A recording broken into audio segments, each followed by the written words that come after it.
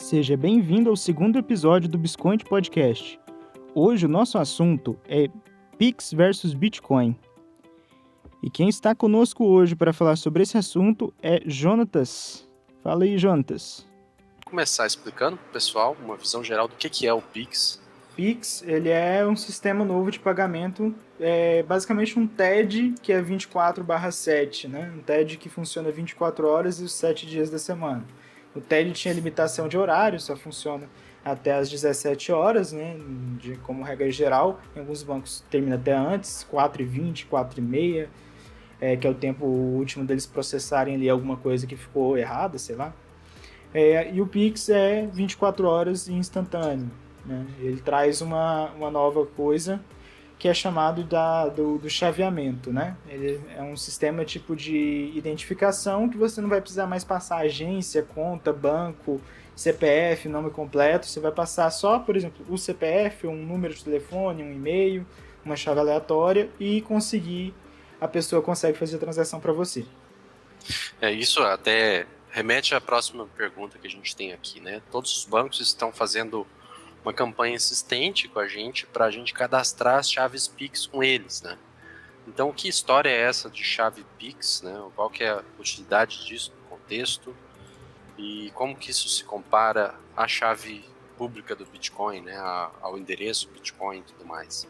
A chave Pix não é uma chave pública, nem uma chave privada. É simplesmente uma espécie de hash, né? Uma espécie de dígitos aleatórios seguindo um padrão que o Banco Central cria e você pode usar ele para poder mandar para outras pessoas e elas conseguirem transferir para você. É simplesmente isso, uma chave como qualquer outra. Não existe nenhum comportamento especial atrelado a essa chave, como algumas pessoas acabaram acreditando.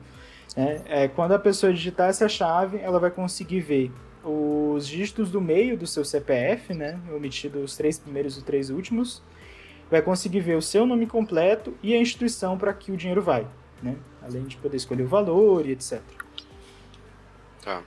E existe a possibilidade de você usar também, né, o seu telefone como sua chave Pix, o seu CPF, o seu e-mail, ou você pode gerar outras chaves Pix aleatórias, né, que vão ser caracteres aleatórios providos para você pelo próprio Banco Central, Augusto, ou é você que pode determinar o que é a sua chave Pix? Não, a chave aleatória ela é feita pelo Banco Central, né? Ele que cria ela aleatoriamente.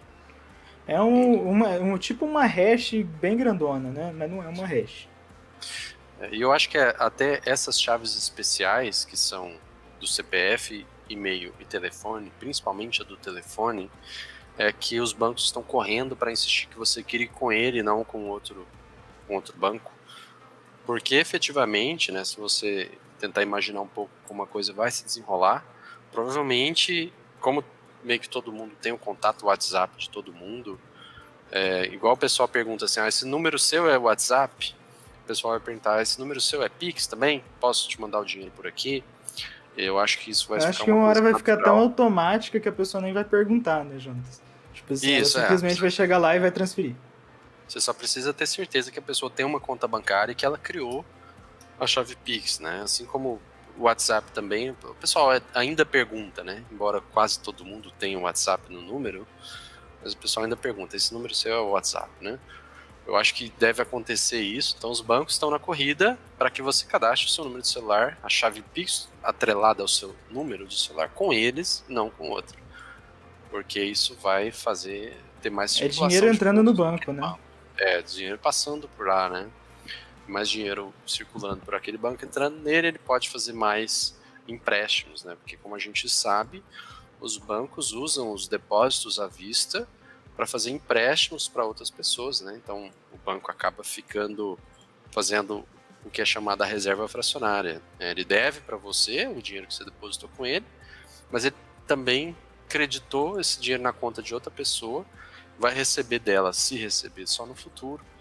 Então, aqui, mas voltando para o nosso assunto, fecha o parêntese da reserva fracionária. Você pode cadastrar uma mesma chave Pix em vários bancos? Você pode cadastrar uma chave única por banco. Ou seja, você não pode cadastrar o CPF em todas as suas contas. Você pode cadastrar o CPF em uma conta. Mas você pode ter até 5 tipos de chave, né? 5 chaves independentes do tipo. 5 chaves independentes do tipo por conta, né? Então você pode, por exemplo, ter o seu CPF, o seu e-mail e o seu telefone principais cadastrados em uma conta e mais 2 chaves aleatórias. Em outra conta você pode ter 5 chaves aleatórias, ou então você pode distribuir essas chaves únicas entre várias contas. Você pode criar vários e-mails, né? Ou ter vários telefones, um para cada conta, apesar que telefone é caro, então tem um custo lá de você habilitar a linha pré-paga ou pós-paga, dependente. Então, provavelmente mais prático para as pessoas vai ser criar e-mails diferentes mesmo. Apesar que alguns bancos que eu vi estão dificultando isso, apesar de não ser o regulamento do Banco Central, né? O Banco Central quer que você escolha a chave que você quiser. E como fica a portabilidade? Se eu criei, por exemplo, atrelei o meu número de telefone a um banco, mas agora estou querendo usar um outro banco, isso é possível? Sim, você vai ou no banco que você cadastrou e simplesmente descadastra, e aí vai lá no novo e cadastra normalmente, ou então você solicita a portabilidade. A portabilidade vai aparecer uma notificação no seu aplicativo que você cadastrou inicialmente, você aprova lá. Ou então, se ninguém manifestar nada, né, a instituição original não manifestar, você simplesmente vai ter a chave transferida automaticamente através da portabilidade, né? E tem tarifa para usar o Pix? Se eu quiser fazer um Pix, eu tenho que pagar? O Pix não vai ter tarifa para pessoa física em transações não comerciais, né? Que não envolvam comércio de bens, né? Você vender bens ou serviços. Tipo, eu dar dinheiro para você, eu te vender alguma coisa informalmente também, né? Que o banco não precisa ficar sabendo. Essas transações vão ser gratuitas. Agora, os outros tipos de transação e para conta pessoa jurídica, os bancos têm liberdade para determinar a tarifa que for, né?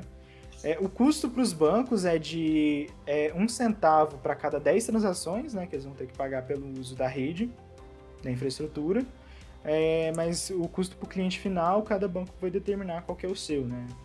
Então, competição livre aí nesse aspecto. Tá, e eu preciso aderir ao Pix? Ele é obrigatório? Ele é uma mudança? Ele vem substituindo o TED? Como que é? Para as pessoas, o Pix não é obrigatório. Ele é obrigatório que as instituições de pagamento ou financeiras ofereçam eles se tiver mais de 500 mil clientes, né? Isso foi feito mais para impedir que, por exemplo, uma Caixa Econômica Federal da vida dissesse não vou integrar com esse Pix, não vou querer esse Pix. E aí simplesmente acabasse bastante com o propósito, né, do sistema por ser uma das maiores instituições financeiras do país. Mas, assim, mesmo fintechs menores, se ela quiser ser competitiva, se ela quiser ser usada pelos usuários, elas vão acabar tendo de aderir ao Pix, né? Mas não é nenhuma obrigatoriedade. E, assim, para as pessoas, não existe nenhuma obrigatoriedade. Simplesmente vai ser algo que você vai acabar usando pela praticidade, pela facilidade, né? Tipo assim, você vai ganhar um desconto ali por pagar no Pix. Aí você vai lá e paga no Pix. Então, vai ser bem difícil ter algum brasileiro que não tenha, de fato, usado o Pix, né? Tá, e entrando aqui um pouco no nosso contexto, né? E já também entrando na comparação do Pix com o Bitcoin, que eu acho que é a parte mais importante aqui da live, né? O Pix vai agilizar os depósitos nas corretoras, né? Para quem negocia Bitcoin, o que muda com o Pix? E para as corretoras como a gente, né? O Pix, ele, assim que ele for lançado, né, estiver funcionando de fato, que vai ser apenas no dia 15 de novembro, até onde a gente sabe essa data, não sei se o Banco Central vai acabar adiando, ele vai entrar em vigor e todas as instituições que tiverem passado pela homologação têm que estar com o Pix funcionando, né? Você vai conseguir transacionar até o limite do seu cartão de débito, se eu não me engano, para QR Code, e até o limite para TED, para outro tipo de pagamento, né? Os limites de transação vão ser esses. Não vai ter nenhum limite específico para o Pix, você só pode pagar até R$1.000, por exemplo, não vai ter isso. Então, ele vai acabar facilitando as transferências de recursos para corretoras de Bitcoin, para corretoras de investimento também, de corretoras comuns, né?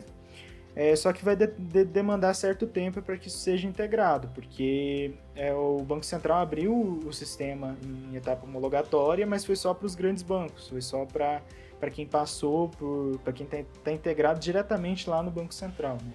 Então, todos os outros agentes de mercado que não estão com essa conexão direta aí, não tem um modelo que tem agência e conta, por exemplo, né? Que é o que a gente diz que está regulado, né, tá sendo acompanhado de fato pelo Banco Central, todas essas entidades vão acabar tendo de desenvolver ao longo do tempo. Então vai demorar cerca de 2, 3 semanas, até um mês talvez. E também para o sistema ganhar certa credibilidade. Né? Tem muitas pessoas que estão com o pé atrás com o Pix, pensando com relação aos riscos, né? Então tem toda essa questão. E até para a gente discutindo aqui até antes da live, né? Uma coisa que provavelmente a gente vai fazer aqui no Biscoint é criar uma chave Pix de compra automática. Então, por exemplo, a gente cria uma chave Pix atrelada a um e-mail nosso, por exemplo, autobuy@biscoint.io, e todo o dinheiro toda transação Pix que entrar para aquela chave Pix automaticamente gera uma compra de Bitcoin. Então, fica sendo uma forma muito conveniente, fácil da pessoa comprar Bitcoin. Então, decidi comprar R$500 em Bitcoin. Eu faço um Pix para autobuy@biscoint. Isso vai ser plenamente possível, né? Porque até onde a gente sabe, né, em toda a especificação, o recebedor vai receber todos os dados completos do pagador. Né? Então, a gente precisa saber de quem veio, qual foi o CPF, o CNPJ exatamente. De origem, né? Para poder completar a transação. Mas o usuário não vai precisar entrar no Biscoint para fazer uma intenção de depósito, vai ter que anexar comprovante e nem vai ter que depois ir na interface, esperar acreditar para ir lá na tela de compra e comprar, como é o processo hoje, né? Então a gente vai conseguir criar uma experiência alternativa muito mais simples de comprar Bitcoin para quem faz isso esporadicamente, né, com uma frequência maior, que não faz só uma compra e esquece.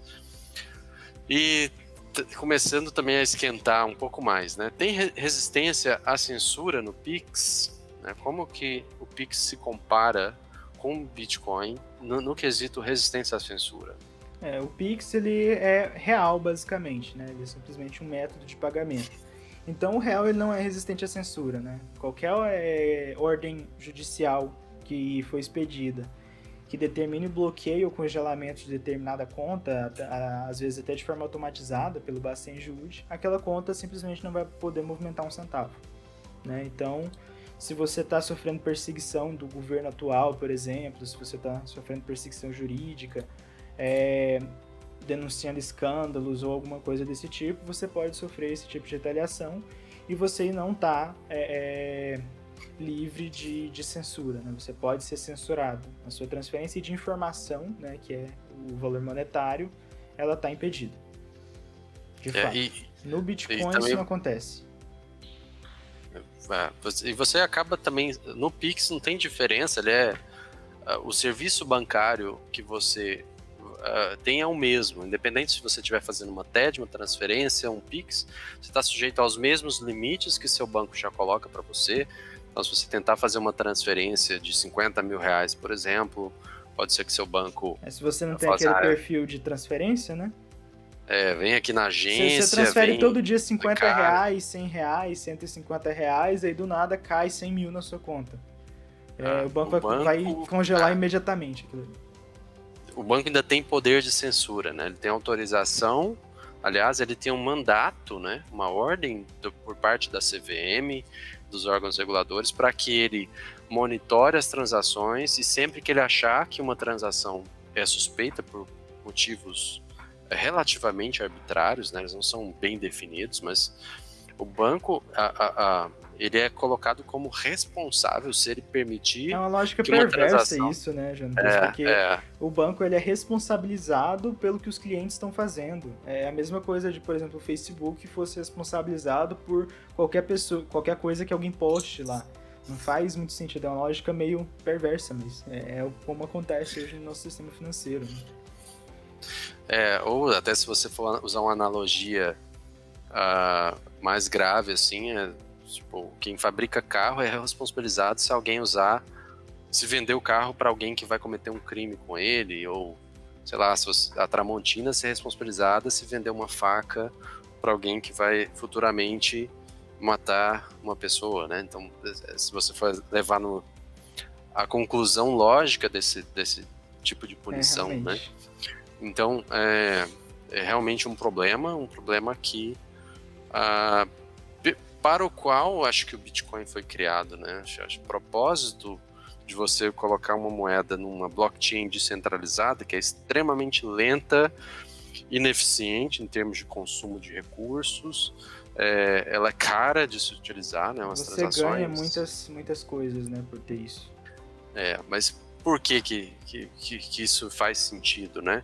Esse, entre aspas, desperdício de recursos que o pessoal critica no Bitcoin, porque é assim que você consegue ter um sistema descentralizado e, portanto, resistente à censura, né? Uma transação Bitcoin não pode ser parada, não pode ser revertida. E também ela não pode ser forçada a acontecer, né? Se você tem o Bitcoin e alguém te ordena assim, ó, envia seus Bitcoins para essa outra conta aqui do governo, né? A não ser que você mesmo vá lá e faça, ninguém pode fazer por você. Enquanto no sistema bancário você só acorda para descobrir que o dinheiro já subiu da sua conta, já foi enquanto você tomar todas as precauções de segurança, né, não tiver, por exemplo, sua chave pública exposta ou descoberta por alguém, por usar algum método ultrapassado, ou que seja, seu dinheiro não vai sumir da conta, né? Ele vai continuar ali, normalmente. Uhum. E emendando nessa pergunta, assim, de maneira geral, o Pix ele é superior ao Bitcoin? Ele torna o Bitcoin obsoleto, né? Tipo, agora que temos o Pix, não faz mais sentido ter Bitcoin? O próprio presidente do Banco Central, se eu não me engano, não lembro exatamente se foi ele, mas alguém lá do Banco Central falou que é uma resposta para as criptomoedas. O problema não é uma resposta às criptomoedas, porque continua sendo real. Continua sendo uma moeda completamente estatizada, centralizada, controlada pelo governo, não resistente à censura, que sofre de inflação e diversas outras características inerentes ao próprio real, né? Então, ela não tem como ser uma concorrente para essas características do Bitcoin. Ela pode ser, por exemplo, uma concorrente da Nano, ou de moedas que o propósito dela é ser transacional, né? Você usar ela no dia a dia ali para pagar alguma coisa. Talvez uma concorrente para Lightning Network, mas nem isso, porque se você pode usar, por exemplo, uma Lightning Network, pagar um satoshi para comprar o café e continuar não sendo resistente à censura, você continuar tendo toda a sua autonomia, você continuar não sofrendo do processo de inflação conduzido pela política monetária, né? Para que você vai usar o real mesmo?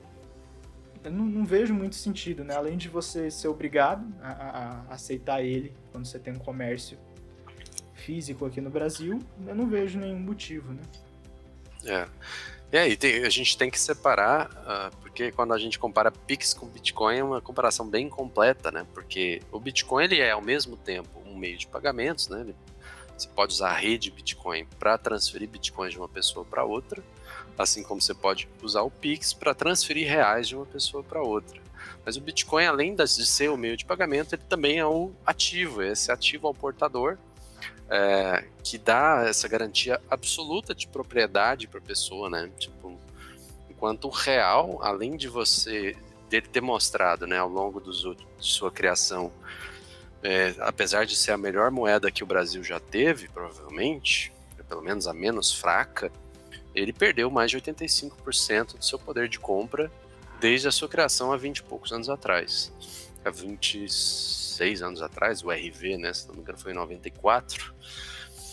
Então, e o Bitcoin, ao contrário do real, não pode ser por decisão de quem quer que seja, porque por qualquer emergência nacional que seja, ele não pode ser simplesmente desvalorizado, né? Como a gente tem visto, políticas cambiais praticadas esse ano que levaram à desvalorização do real ante ao dólar, que também é outra moeda centralizada, mas o real perdeu 30% do seu poder de compra ante ao dólar, né? Só em 2020. Se você pegar 2 anos para cá, ele perdeu 40%, eu tinha olhado da última vez, 46%, ou seja, em termos de dólares, todos nós ficamos 50% mais pobres, perdemos 50% do nosso patrimônio, nosso poder de compra, né? Porque muito do que a gente tem é denominado ainda em reais por força de inércia, né? A gente deve ver uma inflação acompanhando isso aí, né? E a gente fica só observando aqui na plateia o que esse comitê decisor central do Copom ali, do Banco Central, né? Vai decide fazer, né? O que o Banco Central vai fazer de hedging para conter a alta do dólar e tudo mais, enquanto quando se trata do Bitcoin, toda a política monetária ela está escrita no protocolo de uma forma que não pode ser alterada, né? A emissão ela é fixa, a cada 10 minutos são criados atualmente 6,25 Bitcoins, e a gente tem essa certeza de que isso vai continuar sendo assim, e que ninguém vai poder mudar isso, nem agora e nem no futuro próximo, por qualquer crise que seja, né? Então é uma diferença substancial, embora se você for comparar e mesmo se você for comparar o sistema de pagamentos do Pix, que é certamente mais rápido, né? A confirmação é instantânea e as taxas são gratuitas para pessoas físicas, né? Então mais barato do que a do Bitcoin. Ele ainda é restrito, ele só movimenta o real, que é uma moeda inferior, e ele também é restrito ao território nacional. Você não pode mandar um Pix para alguém que esteja fora dessa linha chamada Brasil, né? Que limita tem uma nosso coisa, país. Jantas. Essa questão, por exemplo, o real, mesmo com o Pix, continua sendo censurável, né? Você só pode entrar naquele meio ali se você tem uma pessoa física cadastrada, você tem um CPF, por exemplo, você tem uma conta bancária aberta, independente do que for. E no Bitcoin não acontece isso, né? O Bitcoin não importa se você é pessoa física, jurídica, ou se você é uma inteligência artificial que conseguiu minerar Bitcoin de forma rápida e está acumulando aquilo ali para você. Ele simplesmente não tem essa diferenciação, entendeu? É um protocolo aberto que qualquer um que seguir aquelas regras ali participa. Simples assim. Não demanda nenhum tipo de aprovação, entendeu? A primeira coisa que você faz, você vai se submeter a quando você abre uma conta, independente da fintech que for, é ter seus dados analisados para saber se você é uma pessoa que merece, né, participar daquele sistema ali, se você pode ter uma conta bancária com eles, ou não, né? Simplesmente o banco pode chegar na sua cara e falar, não, seu cadastro não foi aprovado. Por quê? Você simplesmente não sabe, você não tem nenhuma transparência no sistema financeiro hoje, né? Você tem pouquíssima transparência, na verdade. A pouca transparência que você tem, às vezes tá sendo cada vez mais perdida, né? Que passa o tempo. Porque antigamente, por exemplo, antes de todos os sistemas e coisas, você conseguia falar com o gerente e saber, ô gerente, o que tá acontecendo? Por que eu não tô conseguindo receber dinheiro na conta agora? Aí o gerente ia lá e te falava, olhava e te falava, não, por causa que a gente recebeu essa decisão aqui, chegou o papel e tudo. Hoje em dia, o sistema simplesmente pode falar, não, você não vai transferir agora. Erro. Ou você não tem nenhuma transparência. Eu mesmo sofri disso hoje, né? Hoje mesmo, realmente. Uma conta numa fintech que eu não vou falar, simplesmente bloqueou todo o limite de crédito depois que eu solicitei a atualização uma atualização cadastral. Eu solicitei a atualização cadastral, imediatamente no momento que ela foi feita, a conta perdeu todo o limite. Outra coisa que aconteceu comigo também há umas 2 semanas foi que assim que essa mesma atualização cadastral foi feita lá, a conta foi bloqueada e eu tenho que criar uma nova conta para poder usar. Uma conta que eu tenho desde 2015, estava tudo certo. E aí o sistema falou que alguma coisa aconteceu, não posso mais usar a conta. O que Com Bitcoin não acontece assim, isso. Bitcoin fixes this, né? Fixes this. A gente pensa assim, eu não vejo problema, eu não preciso de descentralização até o dia que a gente se depara com as consequências naturais dela, né? Você está entregando, confiando numa contraparte que ela vai cuidar bem do seu dinheiro e vai deixar você movimentar seu dinheiro quando você quiser. E não importa as suas posições políticas, filosóficas, a sua adesão ou não ao governo que está no poder naquele momento, né? Então, é muito diferente o modelo centralizado do descentralizado. E indo para outra pergunta também relacionada a isso, né, de descentralização. O Pix, será que ele é um primeiro passo em direção a uma moeda digital do Banco Central, que são as CDBCs, né, na sigla do FMI, que é a Central Bank Digital Currency, será que o Pix vai facilitar? Será que o Banco Central está com planos de criar uma moeda digital? Porque o pessoal diz assim, mas o real já é digital, porque eu posso transferir de um banco para o outro. E não é bem assim. Na verdade, a moeda do Banco Central que você usa diretamente é só o dinheiro físico, em espécie. Quando você está usando o Itaú, você está usando a moeda escritural criada por aquele banco para você, né? Mas você não está movimentando junto ao Banco Central, né? Quando a gente fala moeda digital do Banco Central, a gente está se referindo ao Banco Central emitir uma moeda digitalmente e deixar você ser o portador dela diretamente, né? Até eliminando, de certa forma, essa figura do banco como intermediário para a parte das transações, né? O Pix pode ser um primeiro passo para um sistema desse tipo, só que se ele quer ser um sistema de uma moeda digital, de fato, já começou errado, sendo centralizado, né? Então, e também é algo que eu não vejo acontecendo nem no curto, nem no médio, nem no longo prazo no Brasil, por causa das pressões dos grandes bancos, especialmente.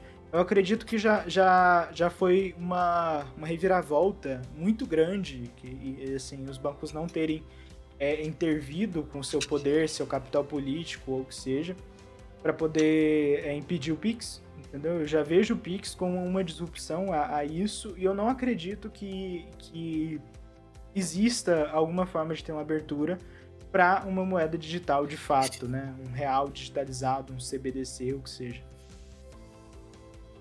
E será que também a intenção do governo ao criar o Pix é facilitar a volta da CPMF, né? Uma vez que todas as transações do Pix passam pelo Banco Central de uma forma mais direta, né? Enquanto transações... enfim, isso será que muda muita coisa com relação à TED para voltar à CPMF? Será que isso é um plano do governo para poder tributar todas as transações? Muita gente está trazendo essa hipótese, que muita gente acredita que sim, né? Mas eu acompanhei todas as publicações que saíram, os papers, desde o começo lá do sistema de pagamento instantâneo, lá no Banco Central, estava sempre acompanhando, sempre de olho. E, assim, essas conversas vêm muito antes até do governo Bolsonaro entrar, e antes da equipe econômica pensar em uma CPMF. Então, assim, de fato, como está tudo centralizado em apenas uma instituição, a implementação da CPMF através do Pix, ela é bem mais facilitada, né, de forma operacional. Mas, de toda forma, ela vai continuar tendo que ser implementada pelos sistemas bancários, por exemplo, em pagamento de contas, em saques, em depósitos, em TEDs e DOCs que vão continuar existindo, transações de cartão de crédito e débito também que vão continuar existindo, né? Então, não vejo isso como um plano do governo para poder implementar a CPMF, não. Mas assim, apesar de que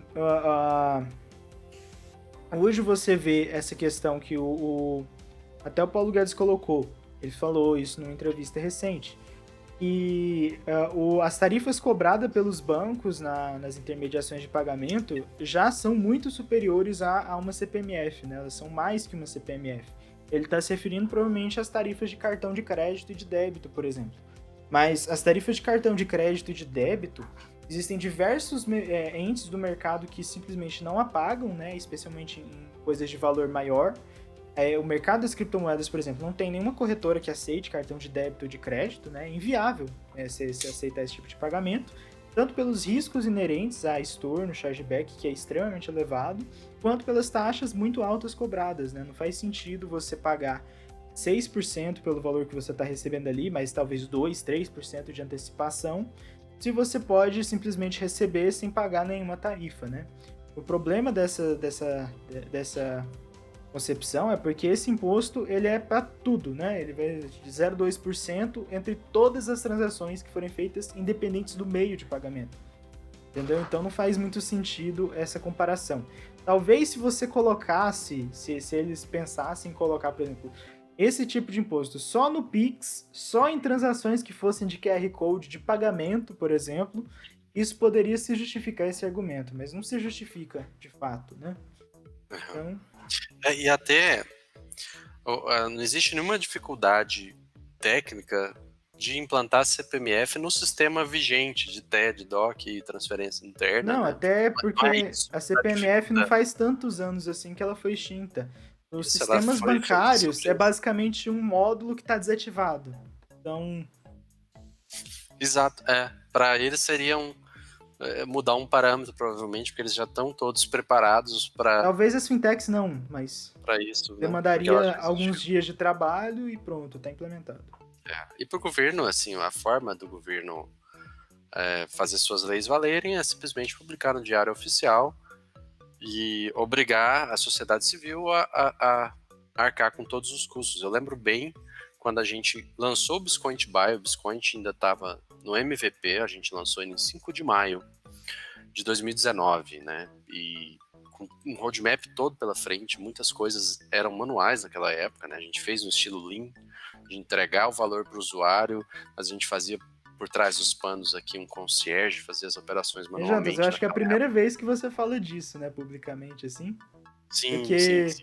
assim, a gente tinha que ir lá na mão e fazer o saque de Bitcoin, cada um dos saques, todos os depósitos também, manualmente. Isso, Até algumas nem as coisas, assim, compras, né, nas aprovação, coisas. a aprovação de conta também, né? O sistema não tinha nenhuma automatização, você tinha que pegar lá, não tinha nem dentro pra gente que é operador, não tinha nada na plataforma, né? A gente tinha que pegar um link que recebia no e-mail que fazia para poder conseguir aprovar, e hoje a gente já tem tudo integrado e funcionando, né? A gente partiu de um E MVP nesse bem cru contexto, mesmo. imagina, a Não, até as gente. próprias compras, intermediação entre as corretoras, né, Jonathan? Ainda não Isso tinha também era API manual com nessa época. não tinha API com 3 ou 4 corretoras e o Jontas fazendo na mão ali. Chegou tal compra, eu vou lá fazer. É divertido de lembrar, e nesse contexto, 10 dias depois que a gente lançou o Biscoint Buy, o governo publicou a instrução normativa 1888, Que dizendo ia assim, ó, entrar em corretores, vigor em todos vocês dois têm até meses. agosto, 1º de agosto, 3 meses, para aliás. reportar para a gente todas as operações nesse layout aqui, entregando com esse certificado digital, nesses moldes aqui. Então, para o governo, o que é que custou publicar a IN 1888? Né? Primeiro que ele obteve dinheiro de impostos para pagar os assessores que redigiram lá no papel, e depois ele publica no Diário Oficial na internet, também obriga algum partes da sociedade E civil além também a disso, publicar isso aí e tal, além replicar. disso, ele colocou o layout de uma forma que às vezes a gente até tá numa zona cinza de como se reporta as operações, porque ele não previu Não ficou diversos claro. modelos de funcionamento, né, no mercado de O nosso criptomoedas. certamente não, né? Por Ele exemplo, só pensou no modelo mais comum, né? é, então, de forma muito. Tipo assim, às vezes a gente está reportando hoje, a gente está reportando da melhor forma que a gente conseguiu, com jurídico, com todo aconselhamento, tudo que a gente conseguiu, mas pode ser que o governo chegue lá na frente, não, a gente tá mudado o layout, você tem que reportar de outra forma e tudo que passou você tem que reportar de outra forma também. Hoje a gente tem que manter todas as informações de transações tipo, de forma mais completa possível para, se for necessário, corrigir algo lá na frente, conseguir, né? Não É. tomar uma multa milionária. E a gente teve que parar a startup, parar nosso roadmap, para atender ao que o governo estipulou no prazo que ele estipulou, e é unilateral, né? Não tem uma negociação em que duas partes combinam um prazo, falam assim, você faz isso, em contrapartida você outro faz isso, e fica assim bom para você, ok, apertamos a mão. Não, a gente só é informado do nada e caiu do céu pra gente, a gente não tinha nenhuma informação prévia de que isso ia acontecer, e isso arrebentou nosso planejamento naquela época, porque a gente teve que parar para fazer a IN 1888 e atender a nova regulação que caiu do céu no nosso colo, num prazo que para a gente, até naquela época, os recursos eram bem menores, a gente tinha uma equipe bem menor. Então, e a CPMF é a mesma coisa, né? Se o governo escrever no papel lá, toda instituição de pagamento, todo banco, precisa já recolher na fonte para cada transação essa alíquota. Para o governo esse é o custo, e publicar. E aí toda a sociedade civil tem que contratar gente, se for o caso, se virar para atender aquilo que o governo estipulou. Né? Então, não acho que o PIX em si facilita ou dificulta a volta da CPMF. O governo não tem dificuldade técnica de fazer a CPMF voltar. A dificuldade ela é política, ela é conseguir fazer isso ser aprovado no Congresso, fazer isso ser engolido por quem vai pagar essa conta, né, que é a população em geral, que é uma medida altamente impopular. A alta de impostos é sempre muito difícil, principalmente de um governo que se pronunciava liberal e que prometia redução de impostos, né? E é por isso que todo governo acaba caindo na tentação de usar o imposto mais nocivo e pernicioso de todos, que é o imposto inflacionário. Porque imprimir dinheiro é uma coisa que as pessoas não percebem de uma forma muito clara. Você só percebe quando os preços lá nos supermercados estão aumentando, mas você nem sabe que a causa do aumento daqueles preços foi a emissão de nova moeda pelo governo. E também impacta de diferentes setores de formas completamente diferentes, né? De formas que não tem nem como eles imaginarem que isso vai impactar. Por exemplo, com a política cambial de desvalorização do real, será que eles imaginavam que o arroz ia chegar a R$40 em alguns supermercados? Eu acredito que não. Eles não sabiam. Eles simplesmente não tinham como saber. Eu acho, assim, a gente já sabe hoje que quem mais paga a conta do imposto inflacionário é quem é mais vulnerável, é quem é mais pobre. Porque são pessoas que vivem de salário a salário, né? Chega no fim do mês, já acabou o dinheiro, não tem acesso, nem artifício, nem conhecimento para se proteger da inflação e nem tem estoque de moeda guardada. Ela só tem um salário denominado. Eu diria que são duas pessoas que pagam bastante o pato de um imposto inflacionário dessa forma. Que é a população mais pobre, né, que você está dizendo, e quem colocou dinheiro em renda fixa pós-fixado há 5 anos. Se sentem imediatamente os efeitos disso aí, né? A última pergunta.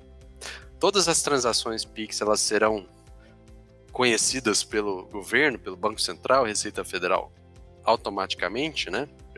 Como que isso muda com relação a TED e TEF, né? O PIX é o Big Brother, é o governo monitorando tudo que todo mundo faz? Assim, eu acredito que tem muito sensacionalismo na visão de algumas pessoas com relação a isso, porque hoje qualquer transação que você faça bancária acima de R$2.000, ela já tem que ser comunicada diretamente à Receita Federal, que é o órgão do governo, que de fato aplica a execução dos impostos, né? Aplica a execução fiscal ali, incluindo multas e etc. Né? Todas as transações com criptomoedas, elas também têm de ser reportadas, independente do valor, diretamente para a Receita Federal, né? O PIX, ele é gerenciado e centralizado no Banco Central. Então, não existe nem, até o momento que a gente saiba, nenhum tipo de cooperação ou interligação de dados entre as bases da Receita Federal e do PIX, né? É uma fonte, uma fonte vulnerável, sim, né? Mas, de toda forma, tipo, alguém que precise ter a sua privacidade bancária violada de acordo com a visão deles, né, da justiça ou quem seja, o órgão que for, eles vão procurar os bancos também, porque não é só o Pix que existe, o TED vai continuar existindo, você pode usar TED e continuar usando o TED normalmente quanto tempo você quiser, né? O TED, nem o DOC não foi desligado, né? O sistema do DOC ainda existe, né? Cheques, talão de cheque ainda existe, ainda é usado em cidades do interior, por exemplo, né? Então, os bancos também vão continuar sendo oficiados da mesma forma que é hoje, e quebrar o sigilo bancário vai continuar sendo da mesma forma. Não vai mudar tanta coisa assim, não. Para a pessoa que ela precisa de certa privacidade com relação às finanças dela, ela, em primeiro lugar, não deveria estar usando real, né? Ela deveria estar usando alguma criptomoeda, né?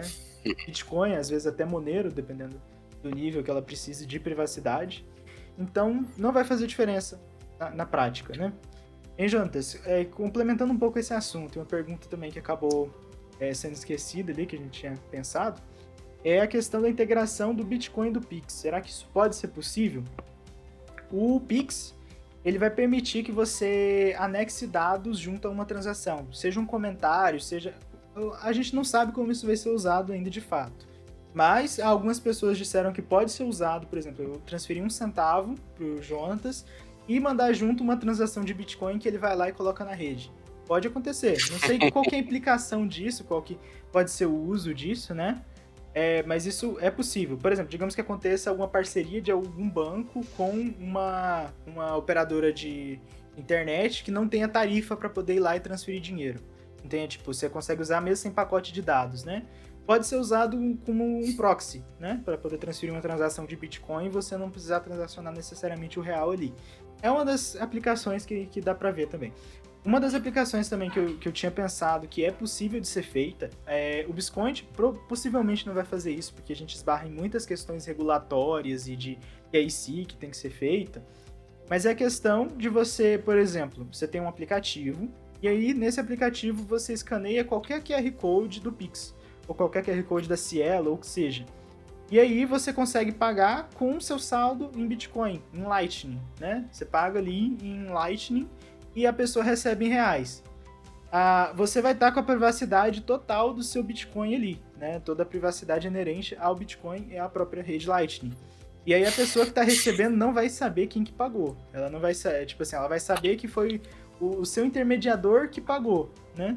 Talvez um sistema meio descentralizado, né? Que pessoas físicas se cadastrem para prover esse serviço com spread, não sei como isso pode ser feito, mas é uma possibilidade, né? Você, por exemplo, ter só bitcoins, não precisar mais ter reais, gastar reais, participar do sistema, né? Ou mesmo se você está censurado do sistema, você conseguir comprar ali o seu arroz, comprar o seu feijão, pagar o açaí também, né? Simplesmente com seu saldo em bitcoins, pagando um spread e deixar que outra pessoa cuide do resto da burocracia para você, né?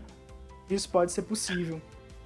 Isso acontece em alguns outros países também, mas de certa forma é bem capaz até de sofrer certa censura governamental se o governo quiser realmente saber o que cada pessoa tá pagando, né? Então, se a gente vê algo nesse sentido, sim, aí é algo que deve ser preocupado, né? Se alguma instituição, fintech ou projeto que seja crie um serviço desse tipo, se o governo for lá atrás e fechar ou censurar ou quiser que simplesmente pare, aí é algo que a gente tem que se preocupar de fato. Legal. E aí, gostou desse conteúdo? Siga a gente nas redes sociais, em todas elas é Biscoint ou @Biscoint.